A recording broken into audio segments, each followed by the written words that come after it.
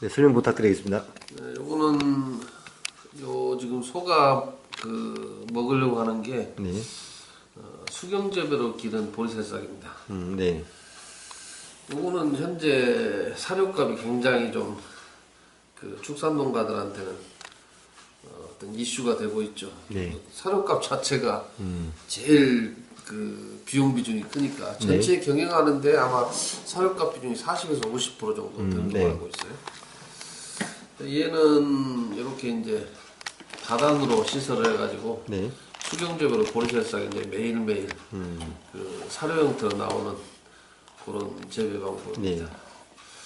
보리새싹은 뭐 굉장히 일본에서는 유명세를 많이 탔고요. 네. 선진국도 보리새싹에 대한 이제 관심이 높죠. 왜냐하면은 사람이 먹을 수 있는 새싹이 한 150종류라고 하는데 네.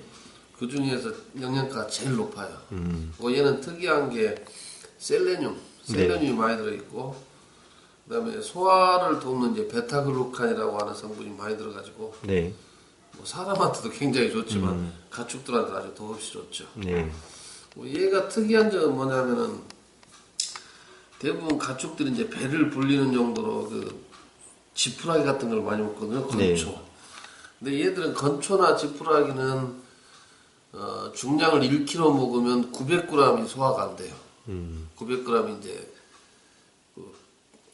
변으로 배출되고 네. 또 방귀로 나오고 뭐 트림으로 나오고. 그러니까 효율이 상당히 낮네요. 네, 덜 소화된 것이 그렇게 나오는 거거든요. 근데 보리새싹 같은 경우는 저기 빼고 수분 빼고 90%가 소화가 돼요. 그리고 가격적으로 봤을 때 건초 같은 경우는 지금 소비자가가 1kg당 보통 400원에서 600원대 하거든요. 네. 근데 보리새싹 같은 경우는 생산 단가가 200원, 키로당 200원이 이하로 떨어집니다. 네. 그렇다면은 아까 이제 소화율 같은 걸 봤을 때 절대적으로 보리새싹이 싸죠. 네. 그런데도 아직 한국에는 그렇게 많이 퍼져 있지는 않습니다. 네. 요거는 제가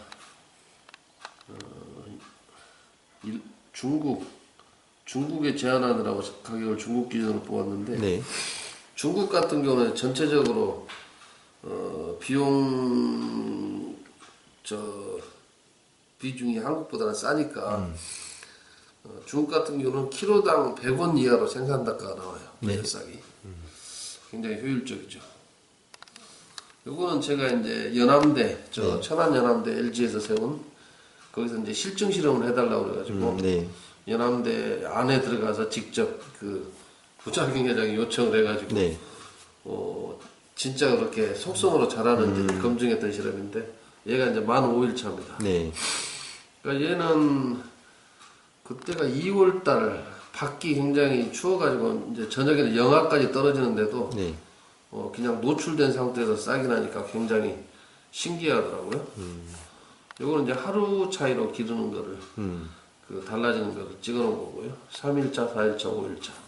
집중적으로 자라는 거는 6, 7, 8일이 집중적으로 자랍니다. 네. 그래서 8일째에 수확을 하게 되죠. 아, 그렇게 빨리 수확할 수 있는 거예요? 네. 8일째 수확하니까 8단으로 시설하면 매일 수확입니다. 네. 요거는 이제 하루 차이를 제가 찍어 놓은 거고요. 요거는 하루 차이 이렇게 6일차까지 찍어 놓은 거고. 이건 지금 동영상인데 아, 네. 일부러 이제 하루하루 이렇게 차이를 둬서 파종을 해놨습니다. 관리하기도 상당히 편하겠네요. 네, 뭐 손댈 게 별로 없죠. 저게 그러면 보통 스마트 팩토리라는 게 저런 시스템으로 이렇게 관리하는 건가요? 한국은 식물 공장 하면 대부분 기계에다 치중을 해요. 네. 근데 식물 재배는 사실은 기계라는 건 한계가 있거든요. 기술 같은 거는 기계는 금방 남이 모방하는데 오히려 이제 지금 스마트 팜하는데 가장 문제가 뭐냐면 첫째가 맛이 없다. 그러니까 깨끗한 건 있는데 맛이 없어요. 네. 그러니까 맛이 없는 거는 땅에서 뽑는 영양가가 없기 때문에 맛이 없는 거거든요. 두 번째는 병균 잡기가 어렵습니다. 네. 그러니까 화학 비료 쓰고 아무래도 농약 같은 걸 치면은 병균이 집중적으로 발생하죠. 오히려 그런 것이 이제 어떤 기초 기술이 돼야 되는데 네. 그쪽 기술보다는 자꾸 하드웨어에 집중을 해요. 하드웨어에 집중하다 보니까 하드웨어는 발달하는 게 한계가 있거든요. 네. 근데 현재 일본 같은 경우는 한국 스마트팜의 시장 규모가 거의 100배 이상 되는 걸로 알고 있어요. 아, 잠깐. 예, 굉장히. 네. 근데 거기는 그 아까 제가 지적했던 하드웨어보다는 원리 기술이 더 많이 발달해 있습니다. 네. 그런 것이 이제 우리하고 좀 다르고요. 요거는 이제 그 수확하는 8일차. 네. 요게 딱 한 뼘 정도 되는데 이때가 이제 영양이 최대화된 때예요. 네. 요게 지나면 9일차부터는 요게 다 셀룰로스로 바뀌어 버립니다. 네. 요거는 이제 뿌리 상태를 제가 일부러 보여주느라고 찍은 건데 보리새싹은 제일 중요한 것이 수경재배로 기르기 때문에 곰팡이하고 이끼가 많이 발생하거든요. 네. 근데 이제 그거 깨끗하다는 걸 보여주느라고 특히 이제 요 부분에 많이 발생을 해요. 네. 제가 갖고 있는 기술은 곰팡이 이끼를 어떤 천연적인 방법으로 네. 발생하지 않도록 하는 거고요. 요게 이제 지금까지 발견됐던 보리새싹 재배에서 그 주로 일어나는 썩은 병입니다. 네. 여기 보면 이제 이렇게 썩죠. 여기도 하얗게 곰팡이가 피었고요. 이것도 곰팡이가 피었고, 요거를 이제 동물들이 가축들이 먹으면은 네. 뭐 배탈이 나거나 폐사하거나 네. 그런 문제가 납니다. 그러니까 이걸 못하게 하느라고 미국 같은 데는 이제 락스를 써요. 네. 근데 또 락스를 가축이 먹으면 또 안 좋죠. 그렇네. 제 방법은 이런 것들을 이제 천연적으로 해결한 거고요. 네. 전체적으로 이렇게 생겼습니다.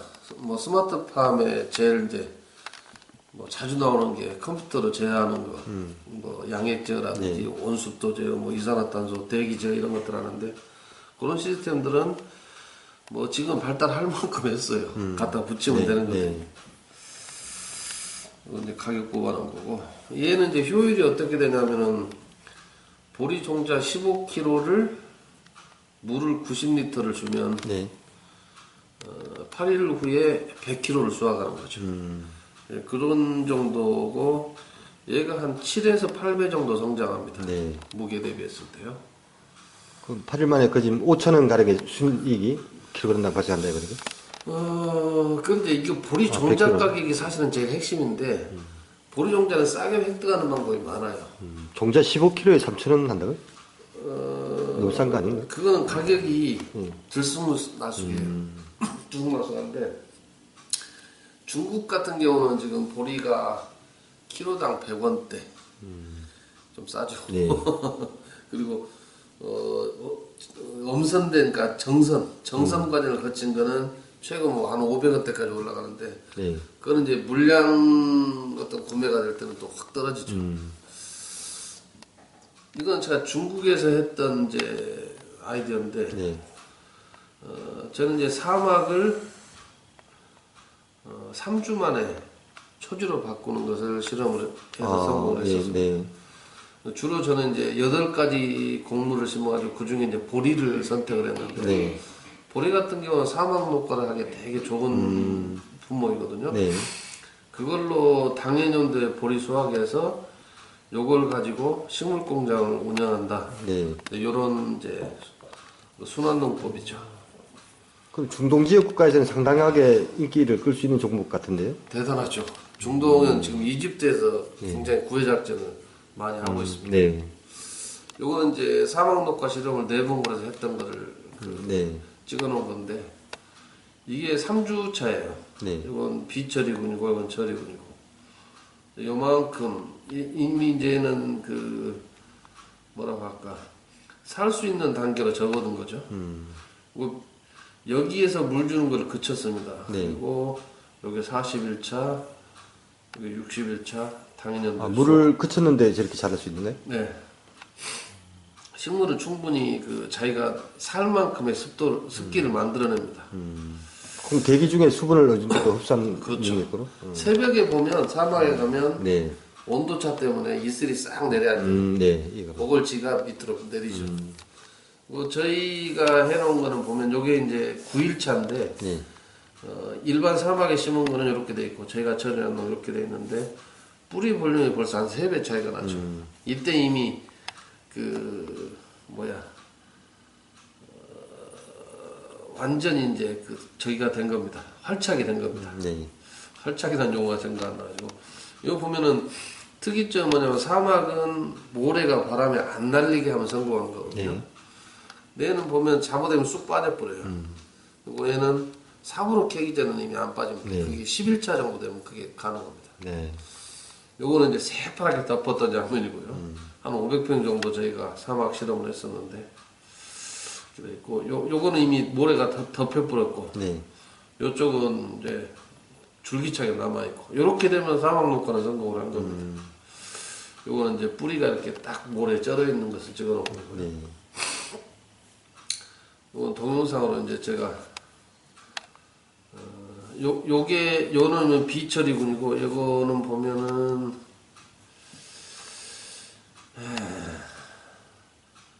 제가 모래를 터는 장면이 아마 나올 겁니다. 네. 우수 틀어져 버리죠. 네. 그러니까 잡으면 쏙 빠져 버리거든요. 얘는 이제 기술을 적용해 놓은 놈인데 보면 벌써 이제 흙이 이거 모래인데 까매졌죠. 네. 비료를 주거나 그런 건 아닙니다. 획기적인데요? 네, 이건 내몽골 정부에서 아주 엄청나게 기다리고 있어요. 보면 흙이 안 떨어지죠. 네. 요게 이미 11차 이렇게 돼버립니다. 그렇게 해서 같은 개체군 찍어 놓은 거고. 그러니까 그 방법으로 해서 이제 네. 보리 종자를 사막에서 만들어내는 거죠. 네. 그러니까 그런 어떤 사이클을 갖기 때문에 결국은 종자만 싸게 획득하면 나머지가 다 내려가는 거예요. 네. 전체적으로는 보리 종자 가격입니다. 그래서 굉장히 이제 사료의 대안이라고 봐야 되고 제가 알기로는 한 해 사료 건초 수입만 한 2조 원대라고 보고 있어요. 네. 그렇게 알고 있는데 2조 원의 건초를 수입하느니 이런 식으로 해서 자체적으로 사료를 생산하는 국가에서도 그러면 정책적인 차원에서 굉장히 집중적으로 좋은 투자를 해야 될 부분인데 네, 같은데 굉장히 좋은 거죠.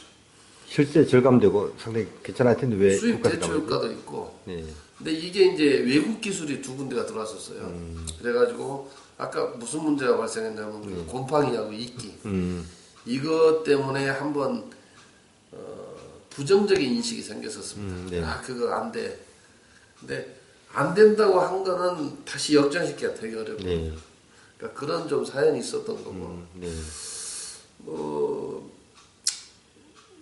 이제 단가 계산도 해보니까 시설 단가에서 사료 차액을 뽑아내는 그 시점, 네. 그러니까 그걸 상쇄하는 시점이 대략 보니까 10개월 정도 돼요.